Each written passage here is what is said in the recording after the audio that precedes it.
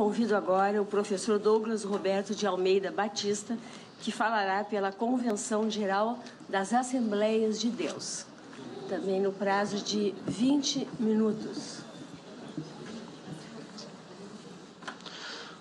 O professor Douglas Roberto é bacharelado em Pedagogia e Teologia, mestrado em Ciências das Religiões, doutorado em Teologia, licenciado em Filosofia, especialista em Docência do Ensino Superior, é presidente das Assembleias de Deus no Distrito Federal e dada a Ordem dos Capelães Evangélicos do Brasil. É presidente da Sociedade Brasileira de Teologia Cristã Evangélica e do Conselho de Educação e Cultura da Convenção Geral das Assembleias de Deus no Brasil. É diretor-geral do Instituto Brasileiro de Teologia e Ciências Humanas e editor-geral da Rede de Estudos Pentecostais Assembleanos.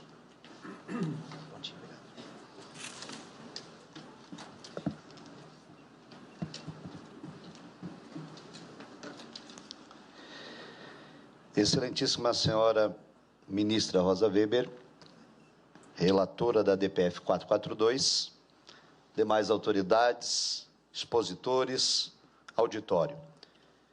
Represento nesta audiência pública a Convenção Geral das Assembleias de Deus no Brasil, CGADB. Nossa instituição é constituída por cerca de 100 mil pastores, entre consagrados e credenciados, e nossas igrejas comportam 22 milhões de brasileiros, entre membros e congregados, nos mais de 100 mil templos sedes em todo o território nacional. Estes dados caracterizam a elevada representatividade das Assembleias de Deus na sociedade brasileira. Reiteramos nesta exposição, excelentíssima ministra relatora, que esta ação de descumprimento de preceito fundamental, a DPF 442, que pretende legalizar até a 12ª semana da gestação o assassinato de ser indefeso e inocente no ventre da mãe, não merece prosperar. Provavelmente a expressão que utilizei não seja politicamente correta, mas é exatamente acerca disso que trata esta DPF, a busca de autorização legal para matar inocentes no ventre materno. A Convenção Geral das Assembleias de Deus no Brasil se manifesta contrária pelas seguintes razões. Em primeiro lugar, porque o direito à vida não pode e não deve ser violado. Arrebata-se da Carta Magna em vigor a garantia à dignidade da pessoa humana e o direito fundamental à vida, demonstrando dessa forma a desmesurada importância que o Constituinte originário concedeu ao direito à vida. Assegura a já explicitada Constituição Federal, promulgada em 1988, no caput do artigo 5º, que, abre aspas, todos são iguais perante a lei, sem distinção de qualquer natureza, garantindo-se aos brasileiros e aos estrangeiros residentes no país a inviolabilidade da vida, a liberdade, a igualdade, a segurança e a propriedade. Fecha aspas. Desse modo, seguindo os parâmetros constitucionais, o Código Civil, promulgado em 2002, ao tratar da, entre aspas, personalidade e da capacidade, com conceitos interdisciplinares da medicina e da biologia, garante a proteção à vida desde a concepção. Além disso, o Código Civil legisla por meio do artigo 2º que, abre aspas, a personalidade civil da pessoa começa do nascimento com vida, mas a lei põe a salvo, desde a concepção, os direitos do nascituro. Por outro lado, a Convenção Interamericana de Direitos Humanos, Pacto de São José da Costa Rica, reconhecida pelo Supremo Tribunal Federal como norma de hierarquia supralegal, assevera no artigo 4º, inciso 1, que, abre aspas, toda pessoa tem o direito que se respeite a sua vida. Esse direito deve ser protegido pela lei e, em geral, desde o momento da concepção. Ninguém pode ser privado da vida arbitrariamente. Fecha aspas. Não obstante, militantes da cultura da morte questionam quando ocorre o início da vida. Contudo, a embriologia já esclareceu o apontado, porque empiricamente a vida tem início com a fecundação do espermatozoide, gameta masculino, com o óvulo, gameta feminino, formando uma nova célula, um novo ser, zigoto. Expositores pró-aborto afirmam que não é possível, por meio da ciência, definir o início da vida. Então, com a devida vênia, aos indecisos e inseguros, cabe a aplicação de um preceito fundamental do direito. Na dúvida, pró réu. E que fique claro que o réu aqui é a verdadeira vítima, isto é, o ser vivo, inocente e indefeso no ventre da mãe. Quanto ao já citado artigo do Código Civil, a douta civilista Maria Helena Diniz o interpreta do seguinte modo, abre aspas, embora a vida se inicie com a fecundação e a vida viável com a gravidez, que se dá com a nidação, entendemos que, na verdade, o início legal da consideração jurídica da personalidade é o momento da penetração do espermatozoide no óvulo. Fecha aspas. Desse modo, douta ministra, fundamentados em tais dispositivos legais, arruaza-se com excelência o pretérito do início da vida, ou seja, na fecundação dos gametas. Portanto, a prática de abortamento, assassinar um inocente e indefeso ser no ventre da mãe, é atentado contra a inviolabilidade da vida e um insulto à dignidade da pessoa humana. Para nós, excelentíssima ministra relatora, data vênia, o ordenamento jurídico é claro, isto é, o direito à vida não pode ser mitigado por qualquer outro direito, haja vista que todos os demais direitos são oriundos do direito à vida. Aliás, todos os aqui presentes, os que defenderam e os que ainda vão defender o abortamento, só o podem fazê-lo por estarem vivos, por não terem sido vítimas do aborto praticado de suas respectivas mães. Por isso, reitero, o direito à vida não pode ser mitigado.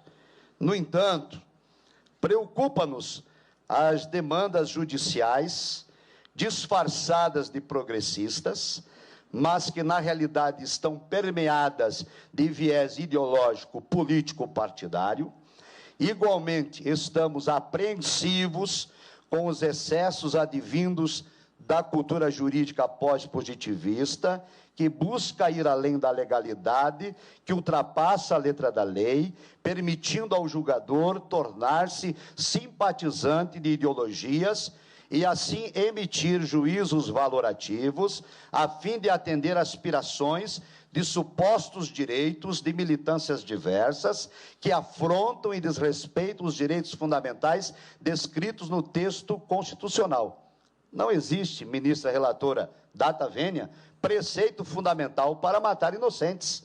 O preceito é pelo direito e pela inviolabilidade da vida. Em segundo lugar, esta DPF não merece prosperar porque o abortamento está em desacordo com a moral razoável dos brasileiros. Indiscutivelmente, a prática do abortamento é ato reprovável para a maioria da sociedade brasileira. Revela o censo de 2010 que mais de 85% dos brasileiros professam a fé cristã. E o ato de tirar a vida de outrem, seja de um embrião, feto, criança, jovem, adulto, idoso, saudável ou doente, é atentado à lei da ética e da moral cristã, pois viola o 6º mandamento do decálogo bíblico que diz, não cometerás assassinato. Discute-se que a questão em debate não pode ter parâmetro religioso e que somos fundamentalistas, fanáticos, extremistas, dentre outros termos pejorativos, simplesmente porque insistimos em defender a cultura judaico-cristã.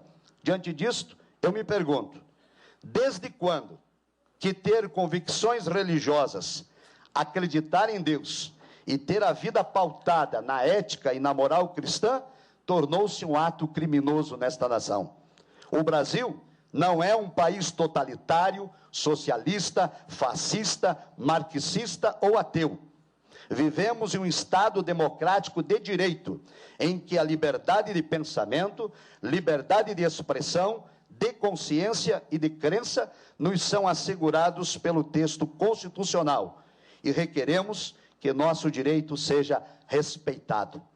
Não obstante, apesar das investidas de desconstrução dos valores, é inegável que o tema abortamento não pode fugir do campo da ética e da moral.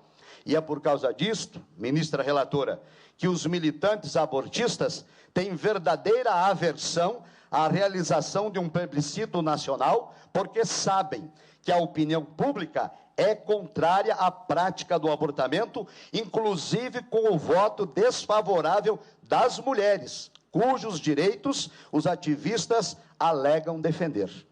Desse modo, para escapar desse debate moral e ético, defensores da cultura da morte argumentam que o abortamento é uma questão de saúde pública. No entanto, os números apresentados são falaciosos, os dados são inconsistentes, as estimativas não têm comprovação oficial e as pesquisas são notadamente assinadas por militantes pró-aborto. Fundamentar uma decisão e promover mudanças de paradigmas em informações tendenciosas e questionáveis é atitude, no mínimo, desonesta. Mas foi assim que há mais de 4 décadas a legalização do aborto começou nos Estados Unidos da América, fundamentada em uma escandalosa e descarada mentira que foi admitida como verdade pela Suprema Corte Americana. Portanto, o eventual deferimento do pedido dessa DPF, no sentido de autorizar legalmente o assassinato do ser humano no ventre da mãe até a 12ª semana da gestação, se tornará um desrespeito e uma afronta à considerável parcela da sociedade brasileira, pois os dados maquiados dos defensores do abortamento não são passíveis de comprovação, e o tema em debate está em discordância com a moral e a ética do povo brasileiro. Salienta-se outro sim, que não cabe a esta Suprema Corte alterar a conduta moral do povo, sobretudo em violar o direito à vida, em descumprimento ao texto constitucional. A premissa destas decisões, que abrangem leis e valores, cabe aos membros do Congresso Nacional, que em nosso modelo de democracia representativa possuem a legitimidade do voto para atender à vontade da nação.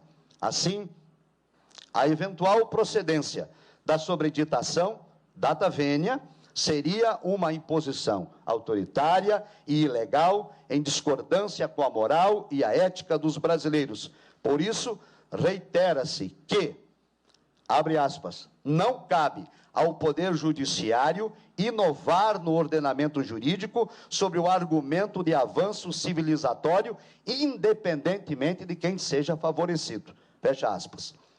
Em terceiro lugar, ministra relatora, ratifica-se esta ação que deve ser julgada improcedente por ser matéria de competência do Legislativo. Evoca-se neste ponto o princípio da separação de poderes, o qual se tornou um modelo fundamental na história do Ocidente, o necessário equilíbrio entre autoridade e autonomia. Nessa ótica, o poder legislativo, obedecendo à separação dos poderes por meio do Código Penal, já disciplinou as exceções de punibilidade para a prática do abortamento. Entende-se que somente esse diploma legal tem o condom de balizar as permissões para a interrupção da vida, embora tais decisões não tenham o aval da moral e da ética cristã, porém, reconhecemos que, constitucionalmente, quem tem o dever de alterar a norma vigente é o Senado Federal e a Câmara dos Deputados, não cabendo, data vênia, a esse excelso tribunal legislar em matéria de competência do Congresso Nacional. Salienta-se ainda que o pluralismo religioso e o debate democrático representativo para a promulgação de leis encontra sua guarida no Congresso Nacional. Portanto, é lá, por meio dos representantes eleitos pelo povo, que se garante a legitimidade da vontade majoritária, resguardando-se, evidentemente, os direitos da minoria. O tema desta DPF, com a devida vênia, nos parece ser mais um atalho tomado por um partido político em detrimento do processo democrático das casas legislativas para impor, entre aspas, goela abaixo da sociedade, uma legislação de abortamento genocida, eugênica e permissiva. Destaca-se também que ambas as casas, Câmara dos Deputados e Senado Federal, possuem projetos de modificação do Código Penal e que as reformas já ocorridas ao ordenamento vigente, por intermédio do processo legislativo, não abrangeram a descriminalização do abortamento e que, inclusive, tramita na Comissão de Direitos Humanos e Legislação Participativa do Senado Federal a Sugestão Legislativa 015/2014, que trata do mesmo tema desta DPF em discussão. Assim, preocupa-nos, excelentíssima ministra, data máxima vênia, que esta DPF tenha sido instaurada. Uma vez que o parágrafo 1º do artigo 4º da Lei 9.8882/99 diz textualmente que, abre aspas, não será admitida a arguição de descumprimento de preceito fundamental quando houver outro meio eficaz de sanar a lesividade. Fecha aspas. Ora, como já explicitado, se o instituto competente para disciplinar tal assunto, que é o Poder Legislativo, está afinco com seus deveres, não cabe ao Poder Judiciário dessemelhar a paridade constitucional e abrogar a competência alheia. Ainda preocupa-nos nesse quesito, excelentíssima ministra Rosa Weber, que as extrapolações do papel iluminista assumido na jurisdição constitucional desencadeie perigosíssimas ideias de que as decisões judiciais não podem mais sustentar na fórmula tradicional de separação de poderes. Entendemos que a jurisdição constitucional desempenha papel preponderante, mas somente quando o Poder Legislativo não tem atuado, o que certamente não é o caso, uma vez que o Congresso Nacional está atento de seus deveres quanto à questão em discussão. Por fim, em quarto e último lugar, diante dos fatos narrados e os fundamentos apresentados, a Convenção Geral das Assembleias de Deus no Brasil, em abril de 2013, por ocasião da 41ª Assembleia Geral Ordinária, realizada aqui na capital federal, por unanimidade de seus membros, exarou o posicionamento quanto ao abortamento nos seguintes termos: a CGADB, Convenção Geral das Assembleias de Deus no Brasil, é contrária a esta medida do aborto, por resultar numa licença ao direito de matar seres humanos indefesos, na sacralidade do útero materno, em qualquer fase da gestação, por ser um atentado contra o direito natural da vida. A palavra de Deus diz: e não matarás o inocente. Êxodo capítulo 23, versículo 7. Reitera-se que esta posição, excelentíssima ministra, representa a totalidade dos membros das Assembleias de Deus no Brasil, instituição fundada em nossa nação no ano de 1910, e que hoje abarca 22 milhões de brasileiros, um percentual considerável de cidadãos que integram o nosso Estado democrático de direito. E ao concluir, ratifica-se que somos contra a cultura que faz apologia à morte, defendemos a família e somos favoráveis ao direito inviolável e à sacralidade da vida. Nestes termos, solicitamos ao Excelso Supremo Tribunal Federal que vote pela improcedência da DPF 442. Muito obrigado.